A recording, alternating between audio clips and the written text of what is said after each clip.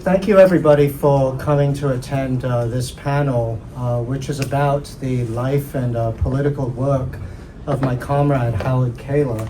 Some of you were at the memorial over at Local 10 on Saturday, and this is the second part of our commemoration, which is where we're going to go, hopefully a little bit more into the nuts and bolts of what Howard's political work was about.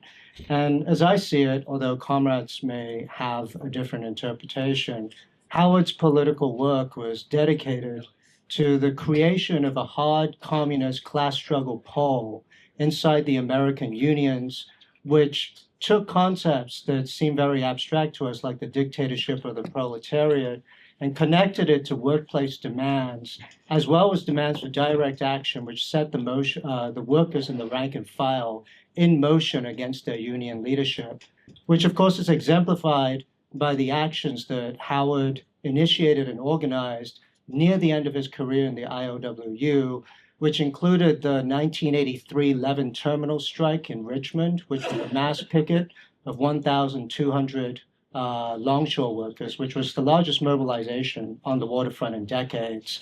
And the 1987 IBU Inland Boatmen's Union strike, and of course, the thing that Howard's best known for, the 1984 11-day boycott of South African cargo, which is, as far as I know, the longest political strike on the West Coast in at least the second half of the 20th century.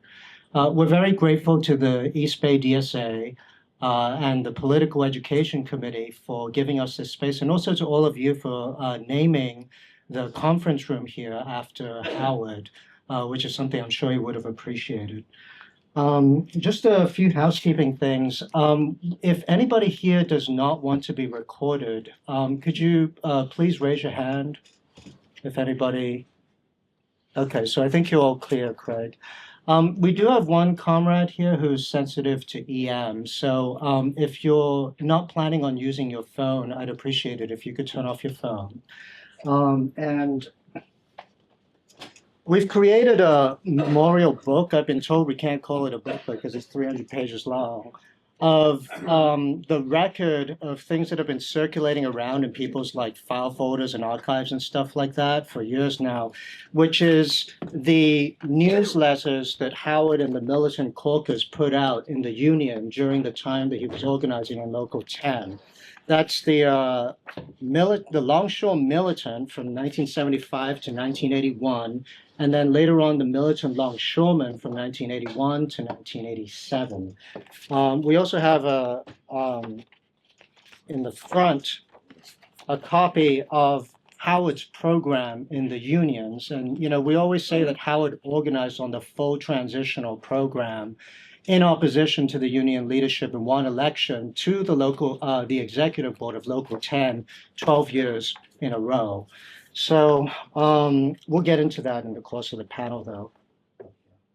And there are also some articles that I'm going to be referring to that are not in the book that Howard wrote. Those are on the table back there. And with that, let's just get started, and we'll get into the details later. So the first thing we're going to do is show a video that was made by Howard's daughter, Isis, about the 84 boycott and also the 1986 community picket of another South African vessel that Howard organized with the Campaign Against Apartheid without the approval of Local 10, which was the precursor to a lot of the community pickets that we see today. Is that hot cargo? Yeah, that's hot cargo. Yeah.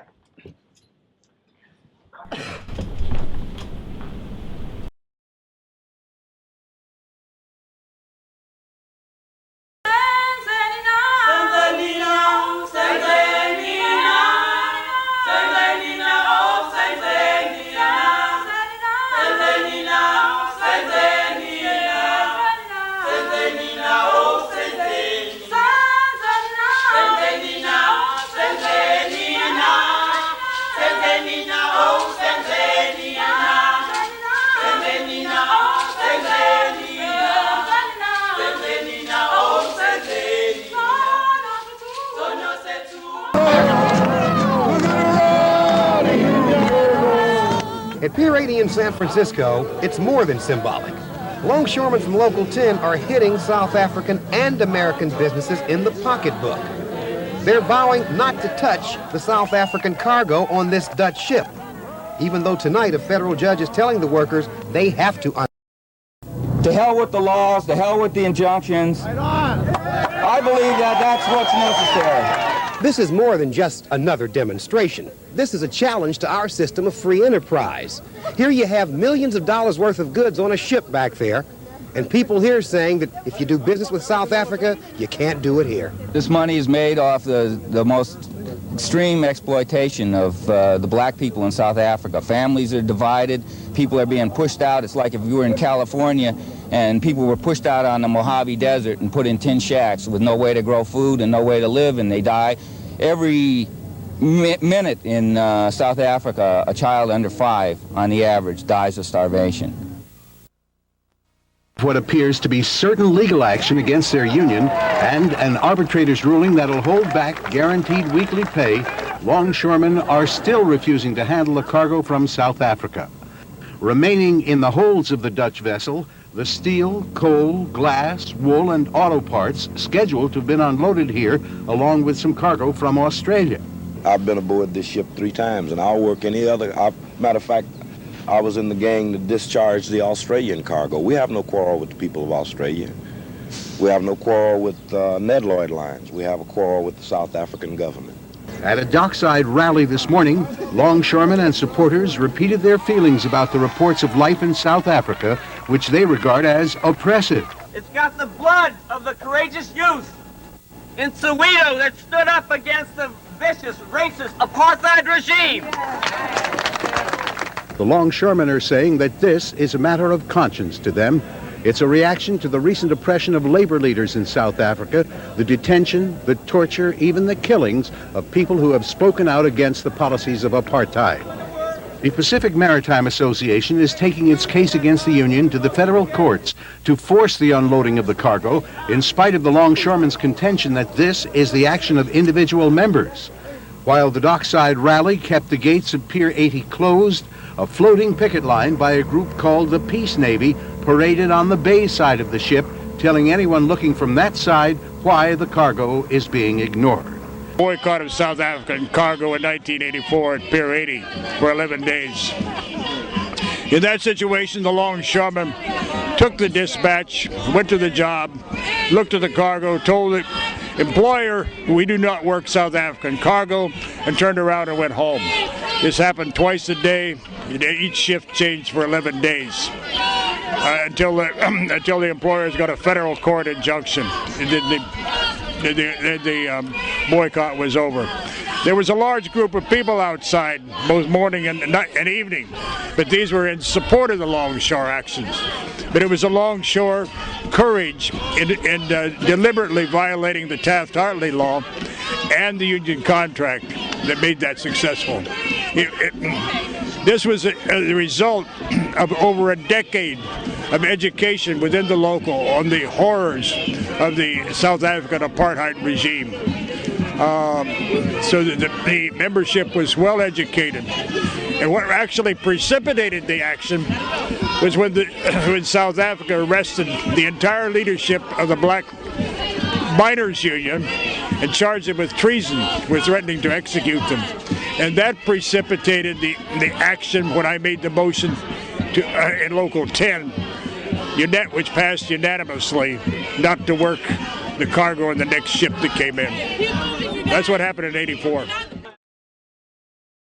injury to one is an injury to all. An injury to one is an injury to all. An injury to one is an injury to all. An injury to one is an injury to all.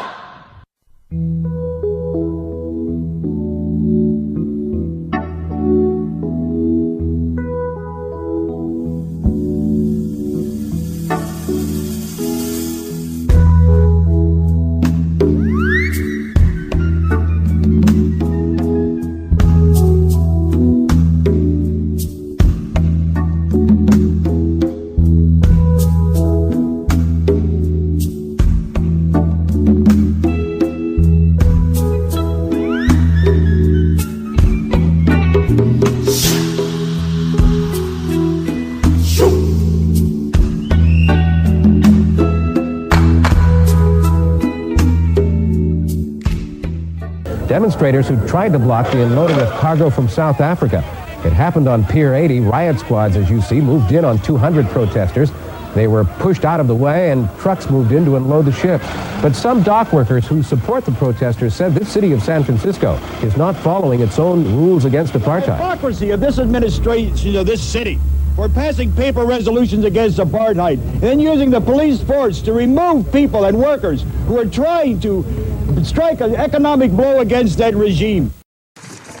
We salute members of the International Longshoremen and Warehousemen Union Local 10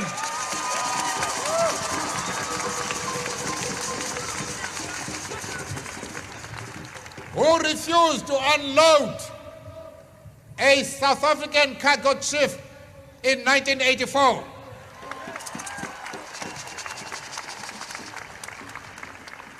In response to this demonstration, other workers, church people, community activists, and educators gathered each day at the docks to express their solidarity with the dock workers. They established themselves as the front line of the anti-apartheid movement in the Bay Area.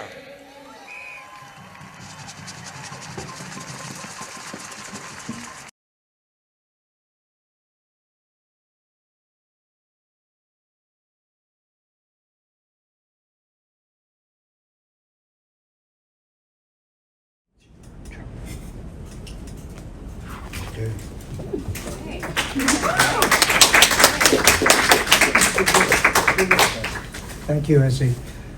So in the memorial book, we have the motion for the 1984 action, which Howard originally put forward in the local, in the front. So we're going to get to all the ILWU organizing later, but at least to start with, we're going to jump back in time because Howard had a whole career as organizer in the Communist Party, as a Stalinist, before he joined the ILWU and then later became a Trotskyist. So I'm going to talk a little bit about Howard's life before he went to the ILWU. Howard was born in Ohio. He was a hillbilly, and he went to a one-room schoolhouse in the 1920s and the 1930s. He enlisted in the U.S. Army and was deployed to Okinawa, where he participated in the Battle of Okinawa. And on the back table, we have an article that Howard wrote about that called Soldiers in Okinawa. I'm not going to go into any of the details of what he's describing there. They're probably not suitable for this. But I'll say that if any of you have ever read Slaughterhouse-Five, there are scenes in there that are exactly like what you see in that book. I'll just leave it at that. And Howard was 21 at the time. After the war, he came back to the U.S., witnessed the 1946 strike wave, and then went to college. Originally, he was planning to be a doctor, but he dropped out of college in order to support the 1948 asparagus strike, which was organized by the Food, Tobacco, and Agricultural Workers Union Local 78. That was a communist union. It was a strike that took place in the Delta near Stockton of 7,000 Filipino asparagus cutters that lasted for 3 months.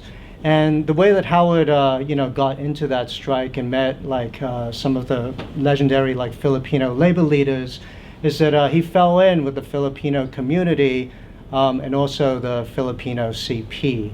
And I'm not going to go on any more about that because Mary Jane's here and she can tell you about all of that. So, Mary Jane Galviso was born in 1950 in Imperial County. She organized against the Vietnam War and became a Marxist when she joined the October League. She was a member of the Progressive Student Delegation to the People's Republic of China and the KDP, Katipunan Mga Demokratikong Filipino, the Union of Democratic Filipinos. In Delano, she lived for a short time with a friend of Howard's, legendary labor organizer Larry Itliong, prior to Itliong's resignation from the United Farm Workers in 1971. Mary Jane founded POWER, People Organizing to Win Equal Rights, a Filipino teachers organization, and was a founding member of the Filipino Farmers Cooperative and its parent organization, the Rural Communities Resource Center. She lives on her farm in the Central Valley and is a member of SEIU Local 2015. Let's give a warm welcome to Mary Jane.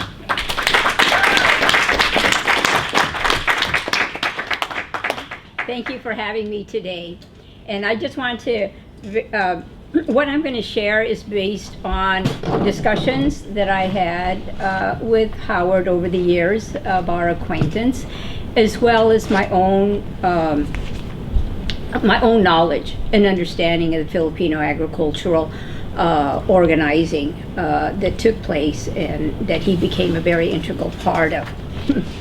Anyway, the best way for me to explain Howard's development of class consciousness is to try to understand the workers, okay? So I asked the question, what's the best path a worker can take to develop working class consciousness? And Howard's life was a great example of that path. He was forced, like many people after the war, to enter the school of hard knocks, right? He's out of the military, and he's knocking around. He decides to go to community college on his GI Bill, but to support himself, he starts working in a cannery, a pear cannery, in Cortland, in the Sacramento Delta. And it's there that he first come into contact with Filipino workers. Now, Filipino workers at that time were really very militantly organized, had their own unions, and our leadership was communist. They were members of the CPUSA. Okay, so in the first level, I talk about entering elementary school. So Howard enters elementary school. He becomes involved in the trade union movement, and in the trade movement. In the trade unionist movement, you're confined to a job site, right? The struggle between yourself as a worker and your employer is in a confined space, right? And so he tells me about that. He says, well, the Filipino workers would come to the dock, and here I am at the dock, and all they're talking about is union, union, union. You got to get those white workers together with you, and let's go to get, let's join together, let's build this union. In those days, and actually right now, the agricultural workforce in this country has been very, very, one of the deepest racially divided and segregated, stratified workforces, right? And so white workers like Howard worked within the canneries. Everyone that, okay, and at that time, Filipinos were about more than 1/3, about 37% of the agricultural workforce in this country. And we're talking the Hawaiian plantations, and we're talking the Alaskan canneries, right? And down to the West Coast and the Southwest. We're a very significant part. We represented the largest colonial workforce ever introduced into this country. And we know that history, right? 1898, the U.S. invades and seizes the Philippines, Hawaii, Guam, Puerto Rico, and Cuba as colonies. But the Philippines is the one that the U.S. really extracts labor from, for the plantations and for the West Coast. But anyway, when I'm very certain, in just the discussions that Howard told me about, that they found an ally. A white worker willing to work side and willing to talk union, right? This was an ally, and they didn't take they didn't waste any time to bring Howard in, right, and to embrace him.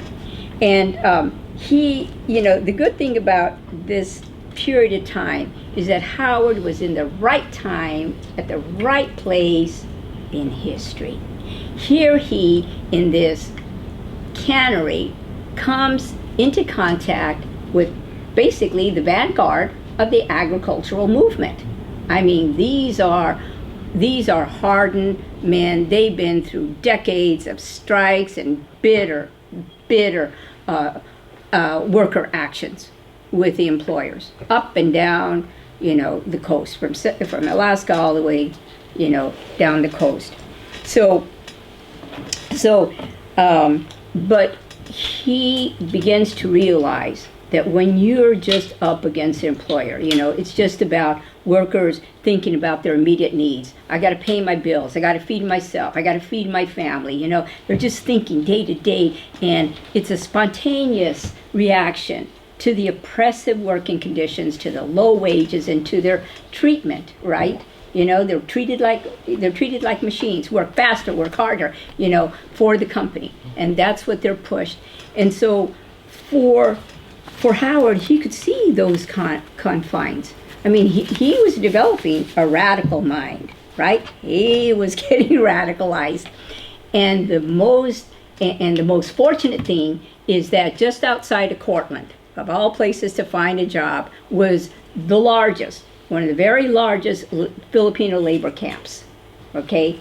And this camp was a hotbed, okay, of political and militant trade unionism. And he fell in. I mean, he fell into that community. Now, this is important because at that time, up until 1947, remember, Filipinos were completely ostracized from U.S. society. Does anybody know what that meant? Okay. In 1938, the United States, in the territory of Hawaii, carried out a mass deportation of Filipinos. They called it the Repatriation Act. Don't believe that. It was a deportation. Many of members of my family, what they wanted, what agribusiness wanted, was to create a mobile workforce. They liked seeing how Filipinos worked on those plantations. And they said, hey, we got to bring them over. We got to have them working in the Alaskan canneries. We got to work them there in the West Coast. But they didn't want those children. They didn't want the wives. They didn't want the old people. They just wanted the young men that had no families and no attachments. Those were the ones that they were going to recruit to the West Coast, right? So they said, anybody, we're giving the Philippines nominal independence, go home. Go home. And that's what divided Filipino families for decades until 1963. We weren't able to see our aunts, our uncles. They were all deported out of the territory of Hawaii back to the Philippines. But in that time, my uncles, my father, and hundreds and thousands of Filipinos came to the West Coast. And these are the men that would carry out very militant strike actions throughout the 20s, 30s, and into the 40s. So at the time that Howard met them, it was a time that, like Richard was saying, he came out of the military and he saw the great strike wave of 1946.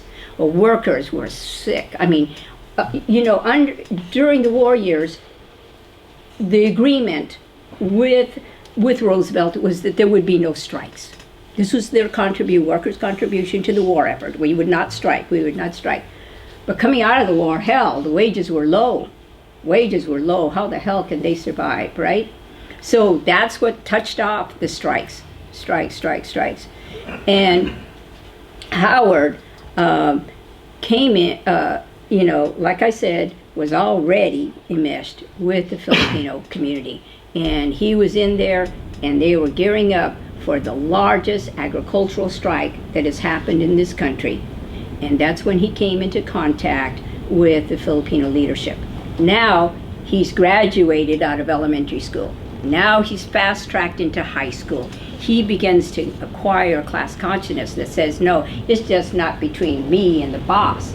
It's not just between getting workers at a work site. Hey, this is class struggle across the nation. This is us building, needing a workers' party, right? So he is drawn in, and he eventually, of course, leaves college, does in college, and that becomes a pivotal time because at that point he basically essentially dedicates his life, right, to labor organizing, to being a fighter for the working class. But there's another level. I mean, you can't stay in high school all your years, right? He had to enter the university. So how did that happen? Well, one time Howard and I were in discussion. We talked a lot about ILWU and his role in the UFW, right? Talked a lot about that. And one time Howard asked me, Mary Jane, did Larry ever tell you he was a communist? I said, no. And I mean, Howard was so perplexed. I could just see in his face. He just looked at me for a long time, and he didn't say anything. I didn't say anything, and he looked away, and he just went into deep thought. So I just got up and I left. But I realized in that silence that we simultaneously realized why ILWU never told me he was a communist. Yet, when he was in that labor camp and among Filipinos and the leadership, they revealed themselves as communists to Howard. And I later thought to myself, Howard, you didn't understand why they told you that? You didn't quite get it at that time? Howard, they were pulling you into the university of class struggle. They were telling you it's a time to become a communist. You had the intellect. They could see how dedicated you were. It was time.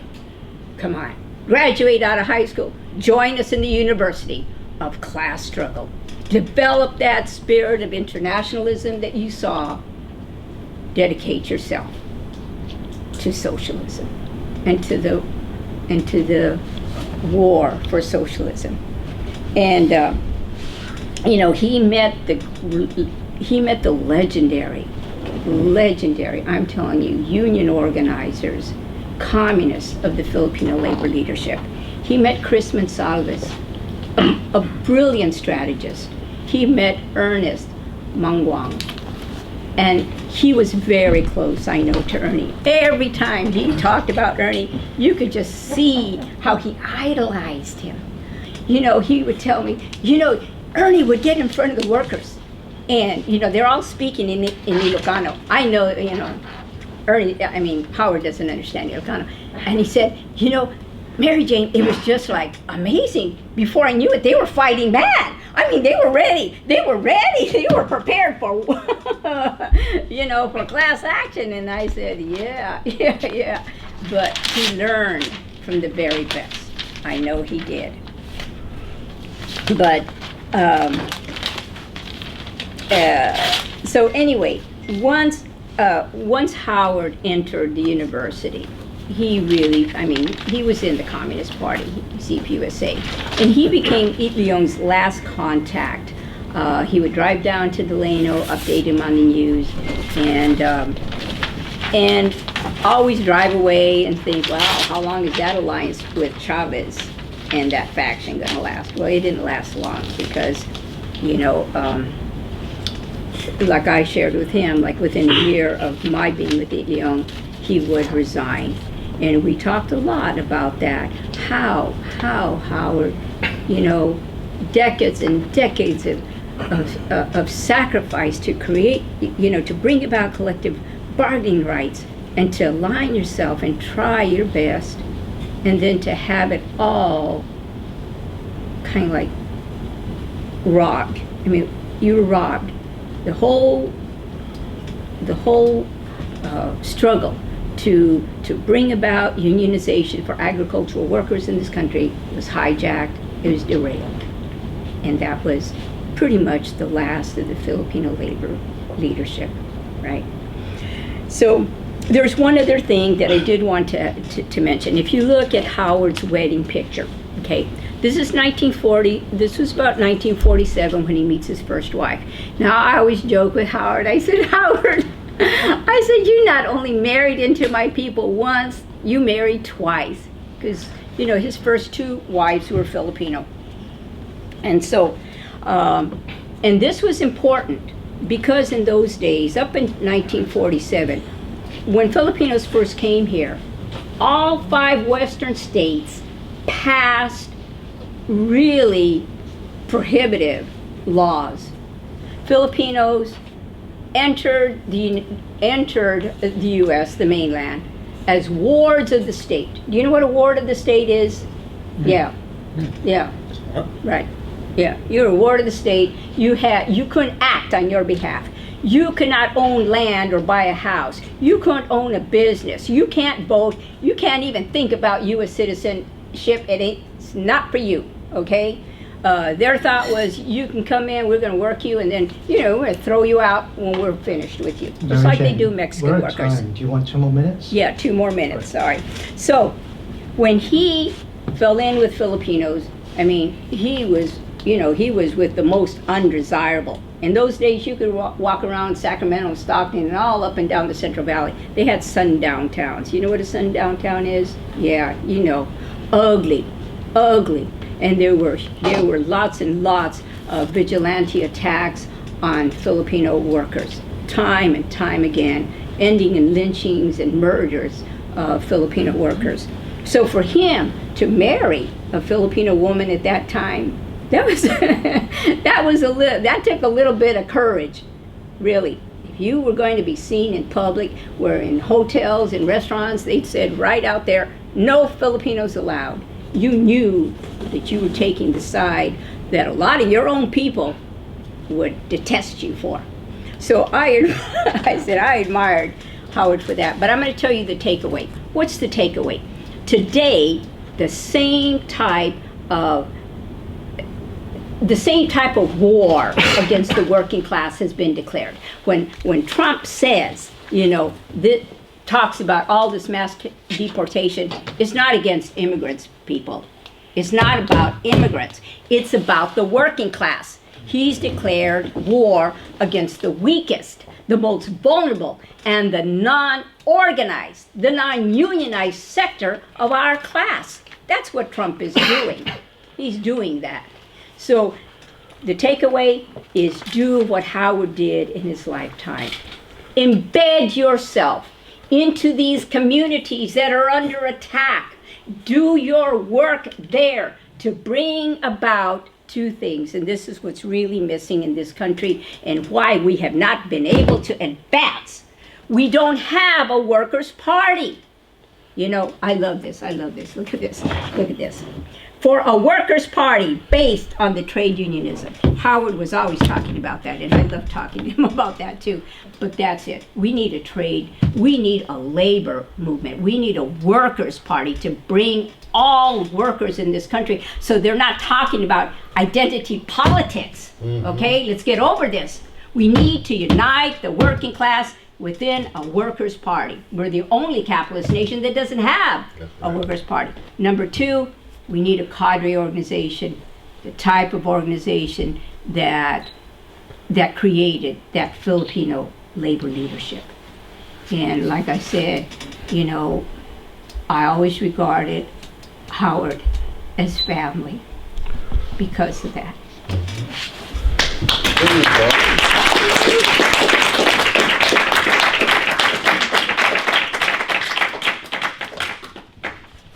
Howard told me once that he had an FBI escort to his wedding because when he was married, it was illegal to have interracial marriage in California, so they had to go over to Nevada, and the FBI tailed them the whole way. One thing that I forgot to mention about the asparagus strike, we have an article by Howard back there, Labor Witch Hunts and Their Effects on California, which is Howard's history of the destruction of the communist unions during the McCarthy period. Yeah. And I really do recommend that to all of you because it's important to appreciate the scale of what the Communist Party achieved as well as what was destroyed. Right. There were more than 1 million workers organized in communist unions, and only 2 unions survived the purge. Right. One of them was ILWU and the other one was UE, the United Electrical Workers. Right. So going back to Howard's life. So after joining the CP, The battery's running low on this computer. oh really? Eat it. Okay. We'll work it out in the next year. So after joining the CP, Howard joined the ILWU in 1953 as a casual. He got recognized status in the Union in 1959. He transferred to ILWU Local 10 in 1970, just in time to oppose the Longshore Contract of 1971, along with the majority of the rank and file, which led to the longest strike in the ILWU's history, either 130 or 143 days, depending on how you count. And I don't know the details. You guys can ask on the round if you want. Howard then discovered the Deutsche trilogy, the trilogy that was written about the life of Trotsky in a library, eventually became a Trotskyist, joined the Spartacist League, and then founded, along with Bob, the Militant Caucus inside Local 10. He was a member of the Militant Caucus from 1975 to 1981, and we have the founding statement of the caucus here in the booklet. And, you know, the first sentence, like, really gets to the point of what all of this was about. On the basis of programmatic agreement, we hereby establish a caucus within the ILWU to fight for leadership within the union. So the caucus was programmatically based. It fought for leadership in the union, but unlike what a lot of other Marxist organizations were doing, it was not a party fraction. You did not have to be a party member to be in the Militant Caucus. Right. The caucus had its own program, its own dues, and its own discipline, but members were free to express their opinion on questions that the caucus had not decided on, or which were outside of the program of the caucus. Howard always said that the ideal ratio of caucus members to non-party members was 1 to 5, in other words, 20%, although in practice in the ILWU that was never achieved. You know, the Militant Caucus was involved in organizing strikes against the Pinochet regime in 1975 and I believe 1978, as well as a picket against South African apartheid in 1977. And our next speaker, well, he actually worked with Howard in the period after the Militant Caucus, after Howard founded the Bolshevik tendency. He's Tom Riley. And he's going to talk about some of the organizing that Howard did in the ILWU. Tom Riley is a member of the Bolshevik Tendency, the group that Howard joined in 1982 and remained in for the rest of his life. Tom had previously been a member of the Spartacist group in Canada and Britain, and before that spent several years as a New Left Maoist. And I also want to add as a personal note, it was always very inspiring for me to learn about Howard's history when he was in the Bolshevik Tendency, because he passed out the militant longshoremen pretty much by himself in Local 10 for 6 years. But when you think about the '84 strike, we always say, oh, Howard put forward the motion, and, you know, it was like, you know, Howard's strike and so on and so forth. But he did have a backbench. You know, I think of them as being his, like, kitchen table committee, the people who, like, met at his house in order to, like, help him write the leaflets and do the logistics and all of that. There were people like Bob and Ushi, his wife, and Tom, too. Tom was there in '84 and backed Howard up during the strike. So let's give a welcome to Tom. And I hope you heard that, Tom. I did. Very, very, very kind of you, Richard. As people probably know, the two central leaders of the Russian Revolution were Vladimir Lenin and Leon Trotsky, who was a rather late arriving Bolshevik. Trotsky wrote a book called The Lessons of October, which was his classic study of the conditions that enabled the Russian workers to seize power in 1917. The only time in history, it is our belief, that the working class has actually been able to take power and establish what we consider to be a worker state. Trotsky, his explanation for this was contained in the following pithy quote: "Without a party, apart from a party, over the head of a party, or with a substitute for a party, the proletarian revolution cannot conquer." Trotsky was, of course, referring to Lenin's Bolshevik Party, a party that was qualitatively different than the other sections of the Second International. Lenin's party was a combat party, a vanguard composed of the most advanced revolutionary elements, rather than the party of the whole class, which was the Kautsky's model for the other sections of the Second International, that would include both class collaborationist and class struggle wings. with center in the middle vacillating. The reformist social democratic parties of that era, however, at least, unlike the DSA, were at least organizationally independent of the capitalists and their parties. We look forward to the DSA one day, or some wing of it, becoming independent of the Democratic Party. Now, in our view, the key issues that distinguish revolutionaries from reformists at any given moment in history vary considerably. There's no fixed points. It depends on the particular historical conjuncture. Today, we believe these distinctive positions would include the following. 1, support to a Russian military victory over NATO and its proxies in Ukraine.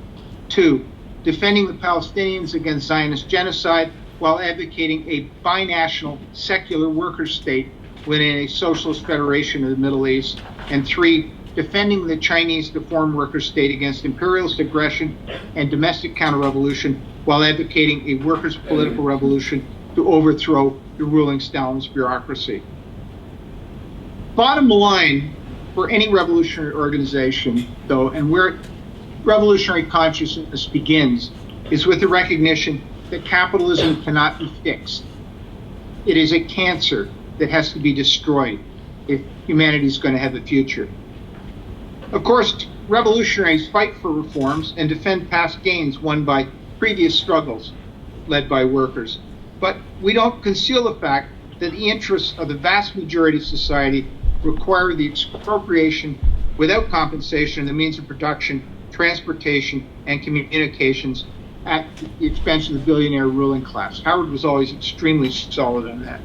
He was also solid on the idea that the only possible way to achieve that is to smash the capitalist repressive state apparatus and replace their cops and military infrastructure with new armed bodies committed to the defense of an egalitarian socialist economic order based on the expropriation of big capital. Now, a major problem for Marxists in carrying out this perspective, of course, is the fact that most working people do not today, and at no point in recent American history have they considered a socialist revolution to be a realistic option. So the problem is to change this perception. And we think it's necessary in order to achieve that, and this is Howard's profound conviction, that it was necessary for socialists to organize within strategic unions and to do so on the basis of forming formations, groupings, or caucuses on the basis of a program that could address the immediate practical needs of the working people, but to do so in ways that point to the historical necessity for the working class to become the ruling class. And I think you'll find a lot of examples of that in the book on Howard that Richard put together, that I understand is in the room today. Now, just to conclude, I want to have a couple of quotes from how Howard had explained the relevance, as he saw it, of Trotsky's transitional program, which was written in 1938. Trotsky wrote his program as essentially a summation of the experience of the successful Bolshevik mobilization of the Russian workers in 1917. And once Howard came into contact with it, he found it to be a very useful tool. So here's what he said, quote, "On what kind of framework do we base our propaganda directed to workers? Our bosses in capitalism can't guarantee our jobs. They will resist every improvement in working conditions and income to maximize their profits. They have the government and the courts and the laws and police on their side. The history of the workers' movement shows that we can't win unless we're prepared to escalate and expand struggles so that it is too costly for the bosses and the government to smash us. Only workers' solidarity across industry and national lines can guarantee success, even in defensive struggles. Only militant workers' mobilizations can defend workers in physical confrontation with the bosses and their state and fascist tools," unquote. On another occasion, Howard touched on a related issue. And again, a quote, "To oppose support to the Democrats, you have to explain the class nature of the capitalist state, and that automatically raises the question of the workers' government. Just like any serious picket line situation poses in embryo the necessity for some kind of workers' defense guards. The bottom line is you can't build a pro-socialist wing in the unions by hiding your politics. That's always a sign of adaptation to the present backwardness of the class. You've got to be upfront about what you stand for and try to apply your program in a creative way to address the concrete questions which arise. Howard believed that, Howard did that, and I think his example should be an inspiration for socialists going forward in the future. Thank you very much. All right. So we started 15 minutes late, but we're actually doing pretty good on time. We're going to have a 5-minute bathroom break, so let's come back here at 7. Okay, so we're going to get started again. Just a few quick housekeeping things. We are selling copies of the book. I forgot to say that. They're over at the desk over there. We'll be selling them after the event. They're $20 a piece, so please pick one up if you're interested. Already several people want in the book to show that why it is that they should buy it. All right. You better get So as I said at the beginning of the panel, the book contains Howard's newsletters and pamphlets that he campaigned inside the ILWU with. They're collected from the collections of several of his comrades. The second thing was I was asked to introduce myself, which apparently I didn't do. So my name's Richard Tan. I'm a criminal defense and civil rights attorney. I'm a member of the Labor Action Committee to free Mumia Abu-Jamal, which Howard was also a member of. And Howard, along with Henry Johnson, who's in the audience, recruited me to the Bolshevik tendency all the way back during the Iraq War. And, together, we in the Bolshevik tendency, along with some of the other people in this audience, organized one of the community pickets of Zim ships, Israeli ships, in 2014. There were 3 pickets that year, and we formed the United Front, the Stop Zim Action Committee, which organized the second picket, the one of the Zim Shanghai. And Howard also played a very important role in the first picket, the one of the Zim Piraeus. And, I just found this out from ISIS like yesterday. Like, Howard was on some of those pickets, like during that 5-day boycott until 1 or 2 in the morning at the age of 88. He had incredible endurance, when it came to things like strikes. Our next speaker is Bob. And Bob served for 4 years on the ILWU Local 6 Executive Board, then a decade later for 8 on the Oakland Education Association Executive Board. He is a member of the bargaining team of Adult School Teachers United. After 7 years, it is still bargaining for its first ever contract, having survived the firings of its president and vice president and the punitive reassignment of 1/3 of the teaching staff. He is a veteran of the Mississippi Civil Rights Movement, acquitted with all his co-defendants in the Oakland 7 anti-Vietnam War conspiracy trial, and was among the very first white people asked to speak publicly in defense of Black Panther Huey P. Newton. Let's give Bob a welcome.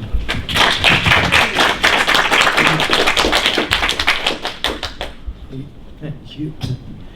Oh, okay, so just jumping to Zim for a minute. 2014, most of you hopefully know, Zim does not come to the Bay Area anymore. Zim is Israel shipping line. We drove them out, and Howard and his daughter Isis played a critical role in that second struggle as well, because after 7, 8 days of it, several of us, knowing that inside the Union, support on the Palestinian, for the Palestinians was marginal, but support for honoring a picket line was strong. We were considering retreating so that we could fight another day, as we are all fighting the genocide now.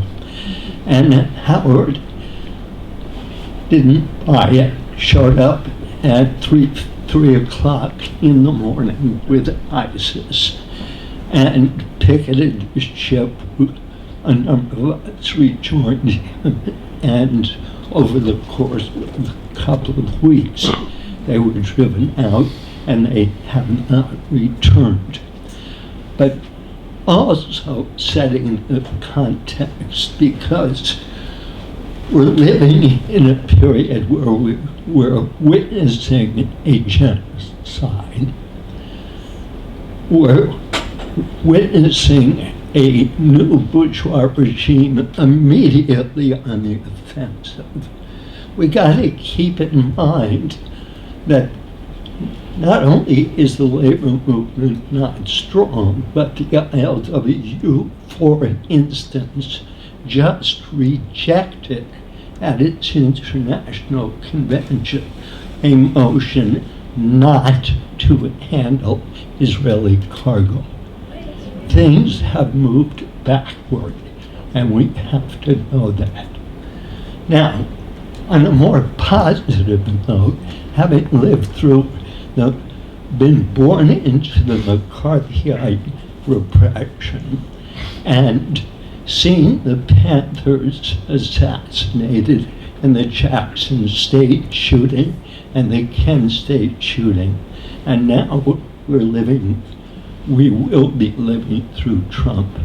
Let's remember one very important thing. May 1st, May Day, 2006. How many people remember what happened that day? Good. Okay. That was the day without immigrants. That was a day where millions of immigrant workers, primarily Mexican, stayed home. They couldn't risk arrest on the picket lines, but it was vastly effective. It defeated a comparable anti-immigrant, anti-working class push under Bush. It defeated the legislation that would have led to mass deportations, massive loss of jobs, and incidentally, in California and perhaps elsewhere, it won undocumented people the right to driver's licenses and to a whole public existence, which is critical for any human being.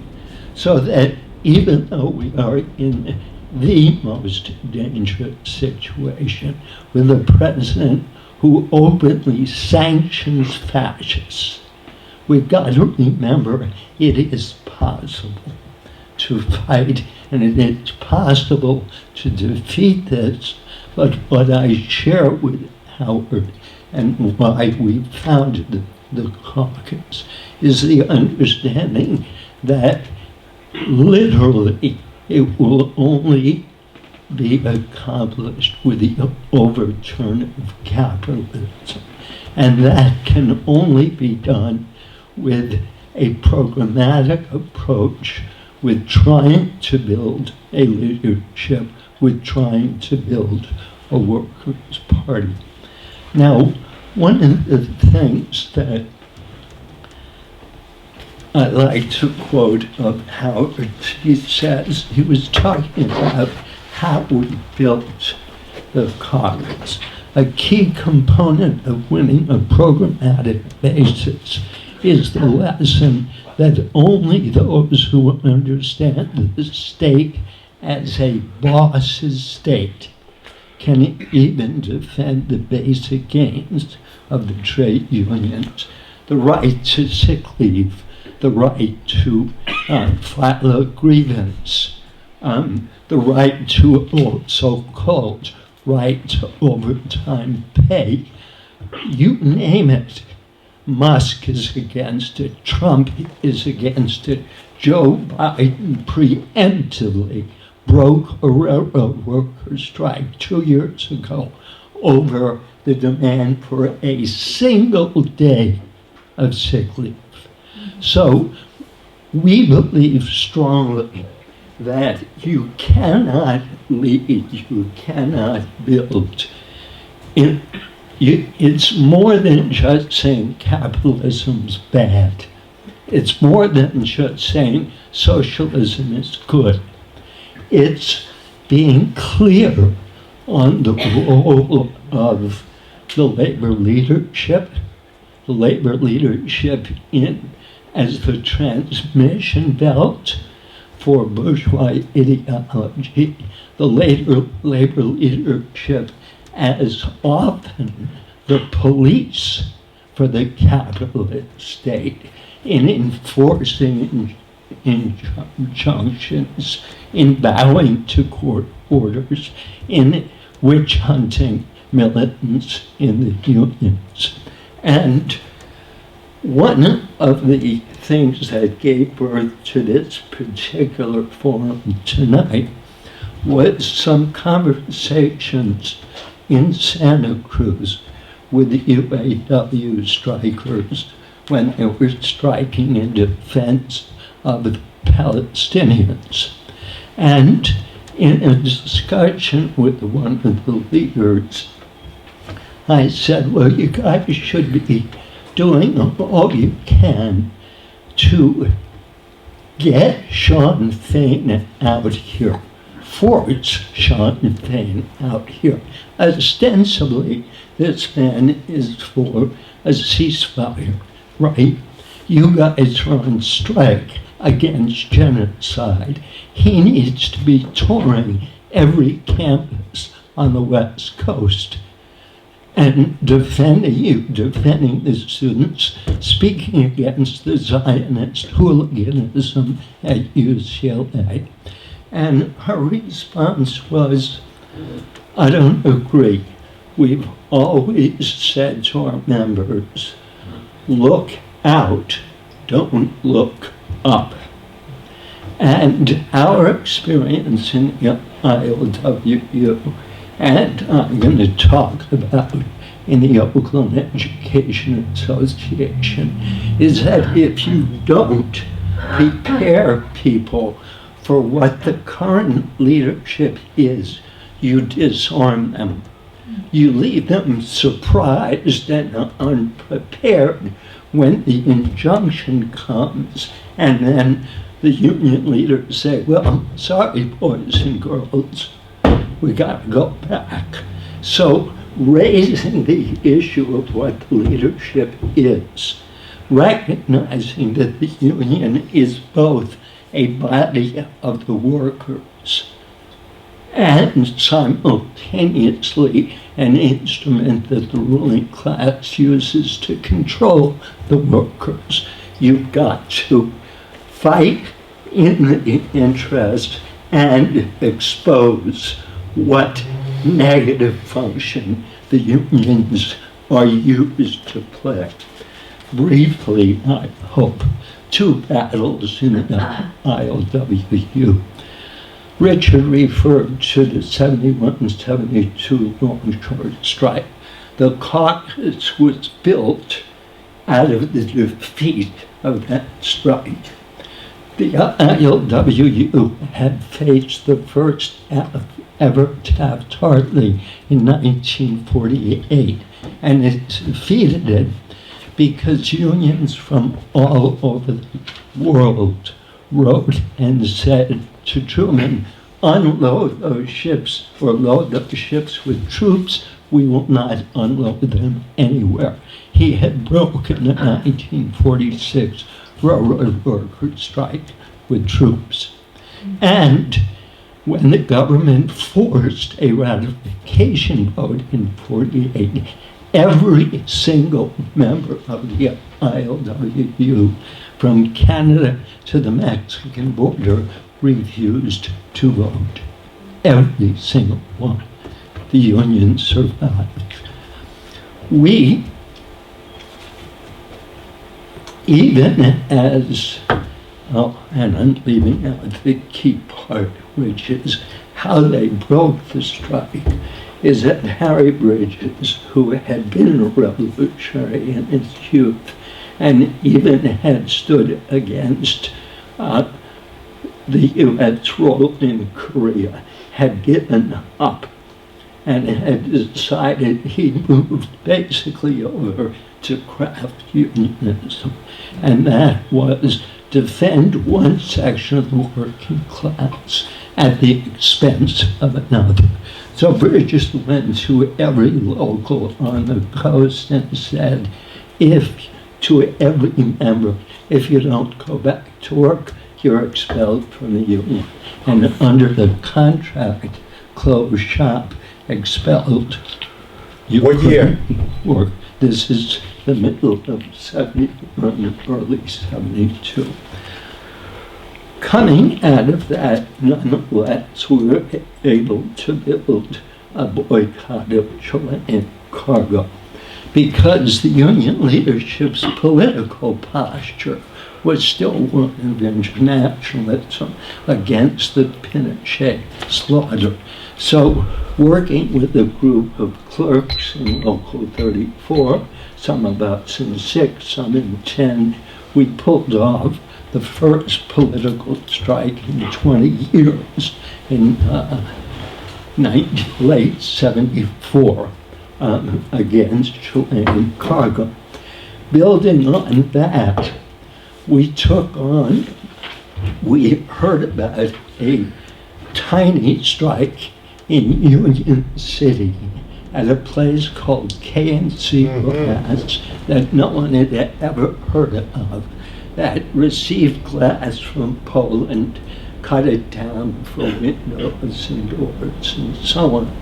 The entire workforce, save their chief steward, who was a Maoist and bilingual, were undocumented workers. And as soon as they went on strike, the union leadership, the union dispatcher, who under the table was a labor contractor, called ICE. Okay? And they had armed guards who pulled guns on the pickets. By day 3 of the strike, there was an injunction. Make a long story short, the clerks in Local 34 who knew the cargo lost the containers for 10 days. So the scab factory had nothing to work. And we went to neighboring factories and we said, look, in Kansas neighborhood, if they can break them, they can break you. And even the chief steward of a shop who said to me, Bob, cut the commie shit out, leave the stuff about injunctions and bosses, government out of the leaflets. I said, Sterling, that's what's going on. He led a group of his folks out to join the picket line that successfully fought the cops and the scabs and won the strike. So Richard referred to Levin, which was 1983, where somewhere between 1,000 and 1,200 longshoremen went to Richmond to run scabs off the docks. One part of the story that is not told is that Richmond... Come on, let's go.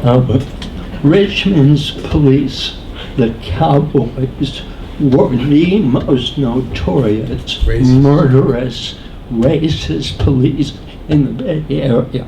This is the Bay Area where Oscar Grant was murdered. This is the Bay Area where the Panthers were attacked. So when I say to you that the Cowboys were the worst, put it in perspective. So I want to jump, but that laid the basis for the hot cargo. If you could phase them off in Richmond, we could phase them off in San Francisco. I want to jump to the OEA.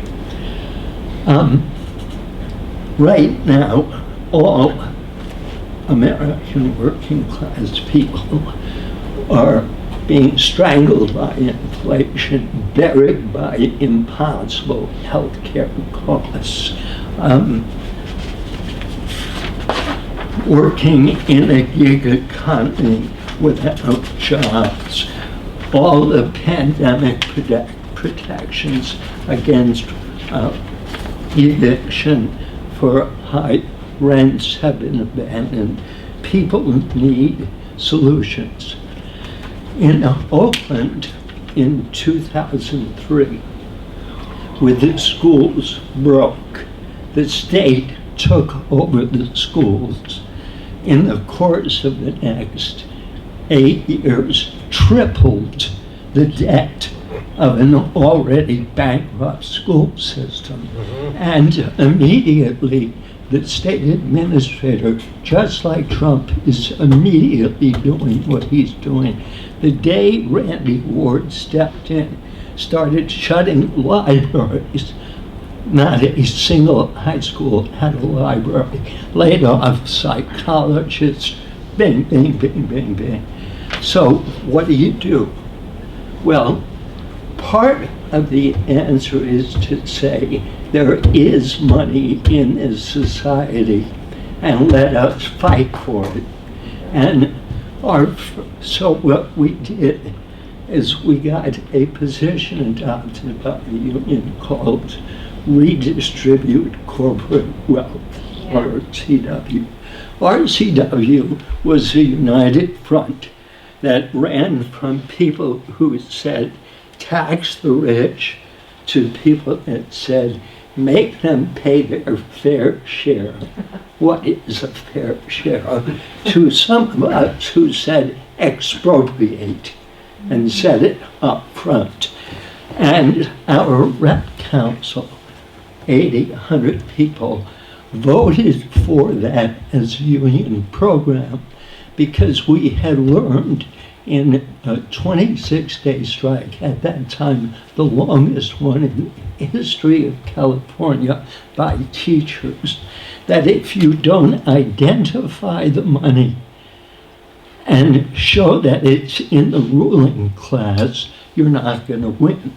That strike in '96 to reduce class size proposed to pay for it by laying off clerical workers and other parts of the school district workforce. Well, guess what? The other unions crossed our picket lines. Big surprise. And my introduction with Craig, actually, to OEA was circulating a petition on the picket lines to the picket captains. We got 200 picket captains to sign it, saying that our union should invite the other unions' leaderships into the bargaining to watch, and we would reverse this policy of pay for it by laying people off. And by the time that the state took over, that lesson had sunk in. We ended up in a stalemate in 2006. I mean, in 1996. But in 2003, when we said to people, go after Clorox, go after Shorenstein, who's the biggest real estate speculator in town, who owns a quarter of downtown Chicago, who owns parts of Manhattan, who owns a quarter of downtown San Francisco, who owns Oakland City Center. It is not the city of Oakland that owns it, Shorenstein. We said, let's go after that. Do you want 3 more minutes? Sure. So, over the course of the next 7 years, we fought that. And in 2006, we actually won the only freeze in the entire United States in medical care increases. We picketed Kaiser constantly. We said, look, this is an organization that claims to serve the community, and yet you are bleeding the teachers to death and driving them out of the city. And we were able to shame them into a wage freeze, which our leadership said was impossible. A rate freeze. A rate freeze. A rate freeze. A rate freeze. Excuse me. Thank you. Craig was one of the people that did it. And I will end this part of the story. The rest will wait for later. All of you are old enough to have lived through and maybe participated in Occupy. Well, 6 months before Occupy, the OEA, led by a group of us, did a bank occupation at Wells Fargo, because Wells Fargo, like all of them, had gotten these enormous bailouts, and the schools were being shut, right? And libraries were being shut, and social services were being cut. And so the response was, take it to the banks and fight. Did we win? No, we didn't. One thing, and this is, I will stop here. If the union had adopted a strategy we proposed, which was simultaneously to strike the banks, strike the schools, and occupy the banks, it would have shifted completely the political discourse. It would have said, bingo, there's the money, let's do it. I will save the story of our intervention in the Democratic Party for later. Sorry.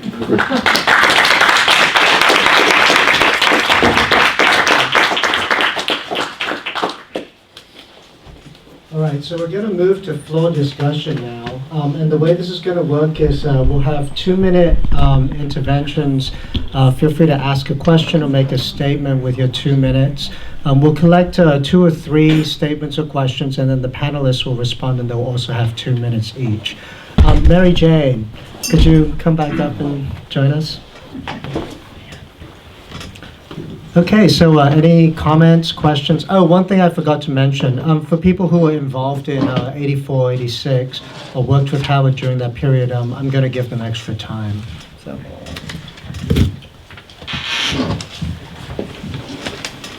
Anyone want to start us off?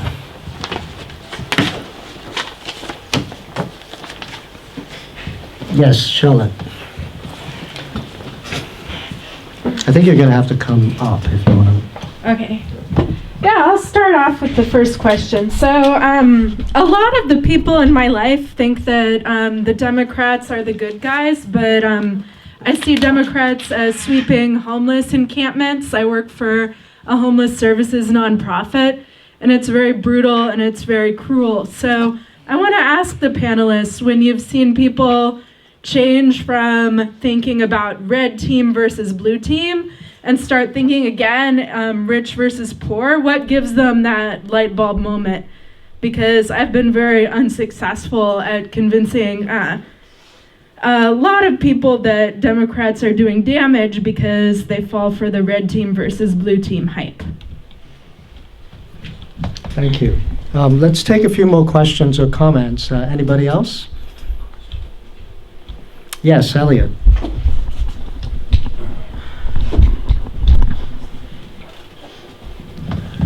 I would just like to ask kind of a nuts and bolts organizing question. If there's people here who are interested in some way in this idea of setting up a militant caucus in their union, how do you do that based upon the experience, that you've had in actually doing it? What would you recommend to people as kind of a model methodology to create a militant caucus in your union? That's a good question. Thanks, Elliot. Anybody else? Yes, Henry. I'll just stay here. Okay. Yeah, I'd like to say a few more things about Howard. He was as a young man, he was an excellent student. He was always at the top of his class, and he won a lot of the state honors. And he was also a free thinker. He loved to talk about the the writings of a man named E. Julius Haldeman, who was a free thinker in the 1930s, and after that led him to become an atheist. And he was fond of telling me about how he became the first atheist in the U.S. Army. When he was being processed into the Army in World War II, when they asked his religious affiliation, he said he was an atheist. And he was told there are no atheists in the U.S. Army, so they arbitrarily assigned him a religious preference. But he found a way to break into their records, and he actually found his own record, and he changed it to atheist. So he became the first U.S. Army atheist. But after World War II, though, he also took some time in China. I guess he was on leave in China, and he actually said he was going to he was trying to find the Red Army. He wanted to defect to the Chinese Red Army, but he couldn't find them. But the remarkable thing about Howard, though, was the fact that he had the courage to go against the current. When he was joining the Communist Party, it was at a time when the country was turning to the right. You know, you had the beginning of the McCarthy era, but he was not fazed by that. And in Stockton, he was actually for a time the president of the NAACP. And now Bob mentioned the KNC strike, and the Militant Caucus played a very important role in rallying the various Local 6 members to come to defend the picket line.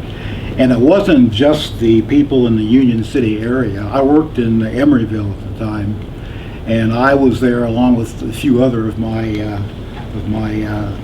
co-workers from Emeryville. So it was a true Local 6 and Local 10 picket line, yeah, a mass picket line. And the caucus came under attack after this, after they successfully defended the picket line. I don't know if you remember, Bob, but you were, they tried to censor you after the strike. They claimed that during this battle on the mass picket line that he struck a police officer with his sign. I don't know if it was true or not, I don't really care. But we got a defense campaign going, and we went around to the various houses encouraging people to come to the local meeting to vote against the censure, and I believe we actually did win. They did not succeed with the censure. So, but that's one thing you will have to be prepared for when, if you do start organizing an alternative leadership. The existing leadership is not going to take it lying down, and it's really essential to keep contact with the rank and file, because you always have to call upon them to defend you. So that's it for now. Thanks a lot. Let's turn to the panelists for some responses. In turn, Charlotte's question, how do you talk to workers about the alternative to a Republican and a Democratic Party? And again, I raise the question, what's the best path a worker can take to develop working class consciousness? This is the obstacle. This is the dilemma that the left movement faces in the United States, right? Workers have to see, have to feel, have to touch, have to know there is an alternative to the bourgeois capitalist parties. Where is it? Is there a Labor Party here? Is there a working class party that you can say, that's the alternative? We don't have that in this country. And that's what makes it so very, very difficult for workers to comprehend that there is an alternative to these bourgeois parties, right? In other countries, you know, in other capitalist countries, there is the Labor Party. There is the Workers' Party. The workers know they have a party. In this country, doesn't exist. And that's why I say we have to advance from the elementary school. We have to get into high school, and for workers to have that education, right, through a workers' party. Mm-hmm. Mm-hmm. 2 minutes. I would say, Can I go first, since Bob could? yeah, sure, Tom. Yeah, sure. Go ahead, Tom. Sure. First thing I want to say is that I'm zooming in from Canada. We have a so-called workers' party here, which is good at breaking strikes and doing lots of other things. The Labour Party in Britain currently is putting people in jail for attending Palestinian rallies and speaking in favor of ending the genocide as Hamas agents, etc. So the question is not simply to have a party based on trade unions, which is necessary and is a step forward, but there is a political question. I think generally nothing succeeds like success, and I think participation in a meaningful class struggle where the Democratic Party is seen to be on the other side of the barricades is probably a first step towards breaking people's consciousness. I don't think you can do it generally through discussion. I think it's lived experience. But what we're talking about is talking to the perhaps exceptional individuals who already understand that their interests and their boss's interests are fundamentally counterposed, that it's a kind of zero-sum game. Profits are higher when wages are lower and vice versa. So we don't have the same interest, even though we're all, wearing company whatever T-shirt and singing the song deal. I wanted also to say that Henry, who is very modest, didn't identify that he had joined the Militant Caucus on the basis of, I presume, his KNC activity in 1974. And so there's a voice of a lot of experience and of course, an exceptional worker. And another thing which is interesting about the KNC strike is that they did try to get rid of Bob, and there was a petition went around opposing the bureaucrats who were acting, of course, in the interest of the company, getting rid of Bob, who was making all this trouble for them. And every single worker in the KNC plant signed that petition and of course, at the union meeting subsequently, Bob was upheld and it was thrown out. It is 2 minutes, Tom. It is 2 minutes. Okay, I'm going to turn it over to Bob. Do you want another 30 seconds, Tom, just to wrap up? Yeah, I would. All right. Just to respond to Elliot, I think that the thing about starting a militant caucus in your union really is you need to have co-thinkers who share your political ideas. So you need to have a program. The question is it better to vote for the Democrats? Or what about China? What about Russia? What about injunctions? What about legality? What is our attitude? Should police be in unions? Et cetera, et cetera. You need to have some ideas you agree with that cohere the group. On that basis, that's the first step. That's the critical step, determining what your program is. And then on that basis, you can organize. But you can't organize a militant caucus on the basis everybody wants to be militant, because you'll have 100 different interpretations of what that means. And many of those interpretations will include voting for the Progressive Democrats. That's 30 seconds, Tom. Yeah, thank you. That's a long 30. Yeah. And I would say, I'll take next one. I would say amen to what Tom just said. But I want to say to Charlotte that I actually think that the Democrats are very vulnerable right now. Oh, yeah. And I work with a couple of folks who are low-level, serious Democratic Party organizers, and they are shaken to their core because they don't understand what happened. And if you look at the genocide, if you look at inflation, if you look at the impossible cost of housing in the Bay Area.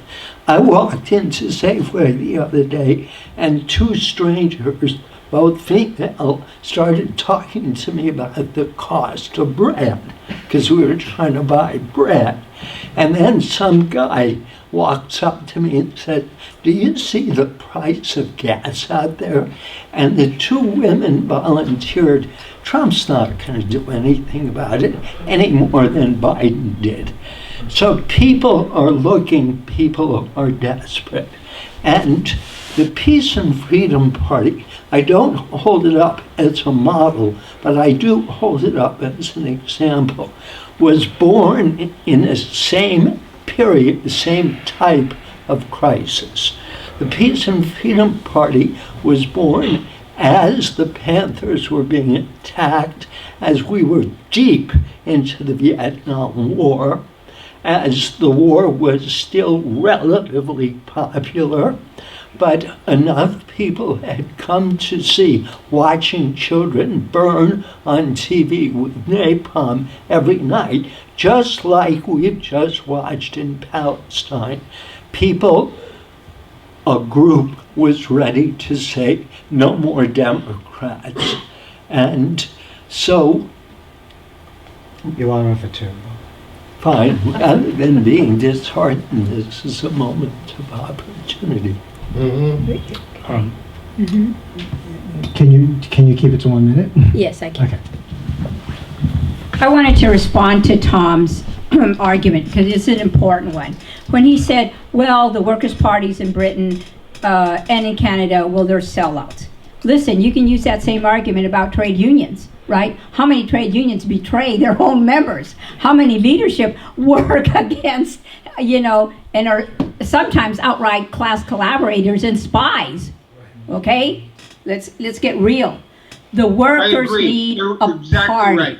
The workers need a party. Please. The issue is, how do workers keep control of their organizations? How do they keep control? So one reason, and I'll answer that question, is how do you create militant caucuses within your union?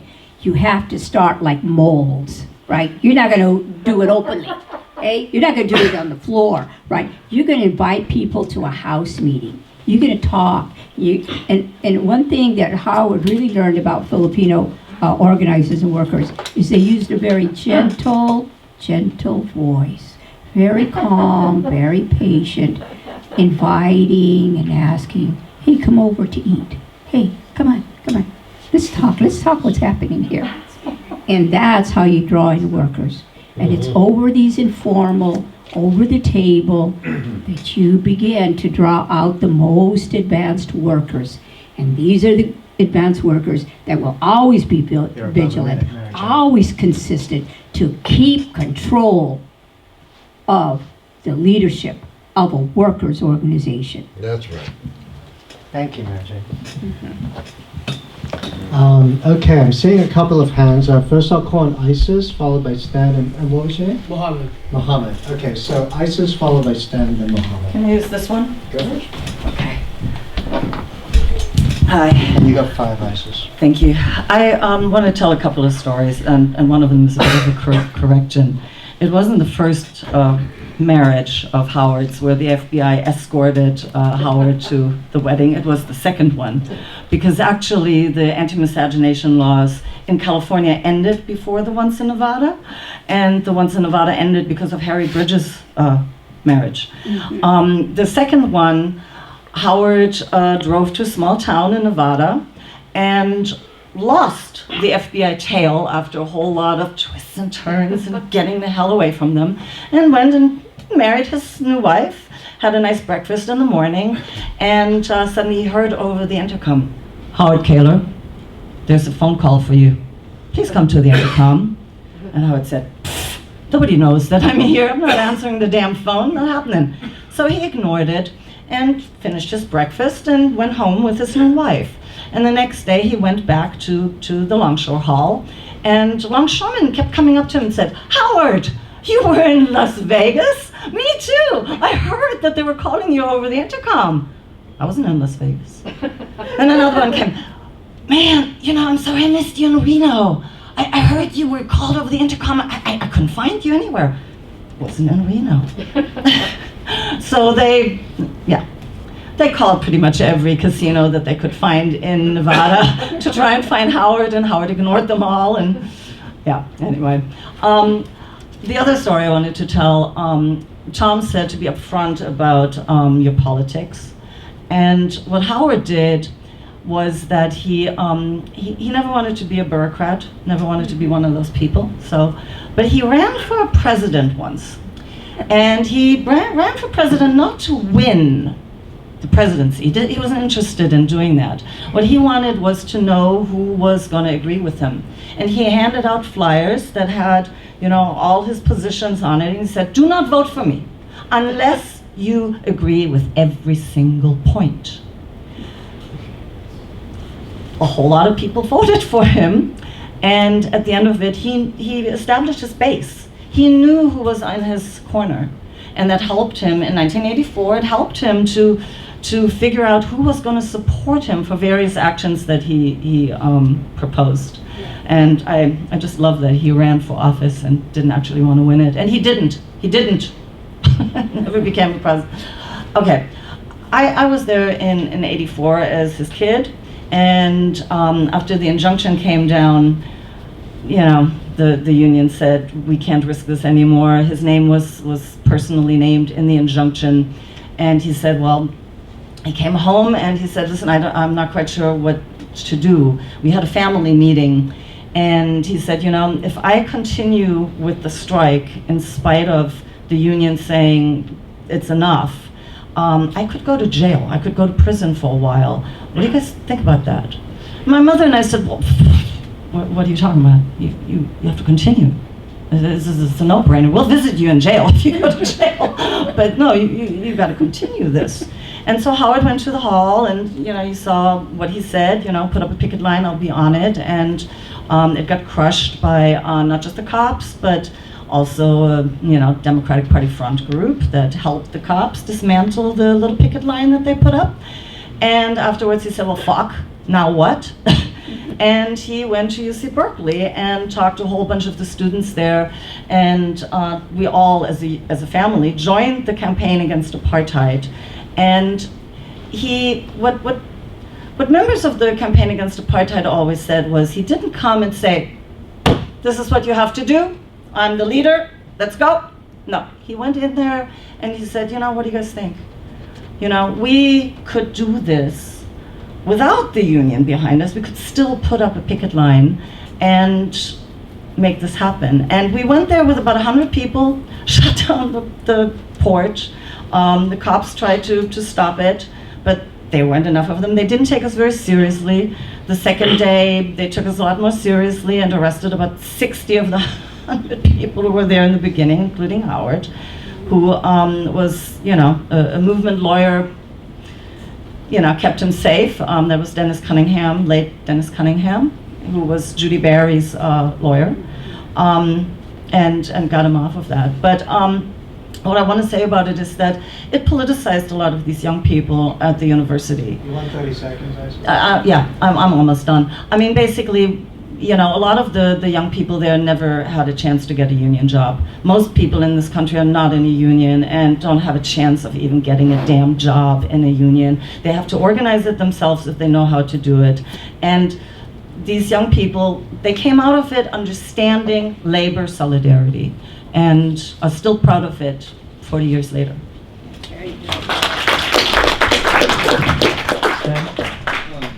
You're gonna do it. I'm feeling a little sick, or I have been sick. I'm not sick now, but I'm a little weak. Sure. I'm also a former member of ILWU, albeit Local 6, though I didn't get into the 1990s. But I was involved slightly in '84 with some people from Local 6 I knew, and also some Teamsters from Teamsters Democratic Union who went down to the Longstrom picket lines. Also, I was involved campaigning against apartheid too, the labor committee of Campaign Against Apartheid. And Campaign Against Apartheid was, Howard was God. I look backward to 60 now, but he was almost 60, so he was like 40 years older than most of the students there. But he had as Isis mentioned, he had exactly the right approach. He didn't act like the old, professor emeritus, radical, whatever. He stood back. even when things he disagreed with. He spoke about it, but he stood back on and do what they wanted to do. And it was a very interesting mobilization. Not only the pickets at the port, but the encampments at the UC Berkeley. You hear a lot about encampments now with encampments against Gaza. Well, the concept basically started, I think, in '84 at Berkeley and other schools against apartheid. And of course, the police very violently evicted the encampment eventually. One guy got both his legs broken by the cops. And they had 20 police departments involved in the taking down of the encampment at California, at UC Berkeley. One other thing too, it was recently, unfortunately, one of the leading people in UC Berkeley found himself in the Ukraine as a war correspondent, strongly backing the U.S. proxy war. And it was also really bizarre too, because in an exchange that I was on, a Zoom meeting I was on, he was defending the Azov battalion, even though he was Jewish, saying, well, they're no longer Nazis, they rehabilitated themselves. And I'm referring to the pro-fascist group in the Ukraine. But still, later on, he sent me a note, online note, saying, well, we still love and respect Howard Keylor. So this brother who had, in my opinion, he would disagree, moved tremendously to the right, still had respect for Howard. One last point about the elections, I had just 30 more seconds. Yes. I agree with Bob Mandel that Peace and Freedom Party is hardly a model. And I'm in Peace and Freedom Party, but it has grown to about 130,000 restaurants in California. And in 2022, we did something different. With the left wing of the Greens, we had a left unity slate for several statewide positions in California. And one candidate got 500,000 votes. So I urge people within DSA to join some of us who feel that working within groups like the Peace and Freedom Party is a way, it's not the Labor Party, but the step towards that. Anyway, thank you. Thanks, Sam. Mohammed. Sure.